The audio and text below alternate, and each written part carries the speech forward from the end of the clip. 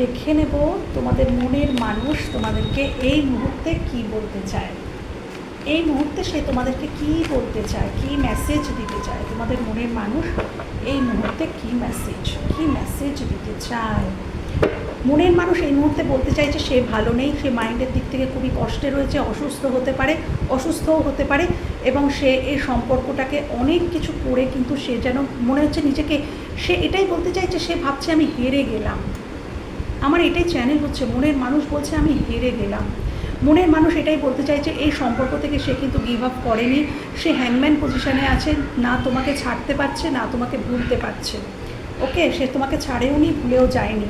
সে এই সম্পর্কে অবশ্যই ব্যালেন্স আনতে চায়। মনের মানুষ এটাই দেখাচ্ছে যে আমি ব্যালেন্স আনতে চাই এই সম্পর্কতে, আমি গিভ আপ করিনি। দেখো এক মেসেজ বারবার দিচ্ছে, সে কিন্তু চলে যায়নি এবং সেই সম্পর্কে কিন্তু ইকুয়ালি গিভ অ্যান্ড টেক করতে চায়।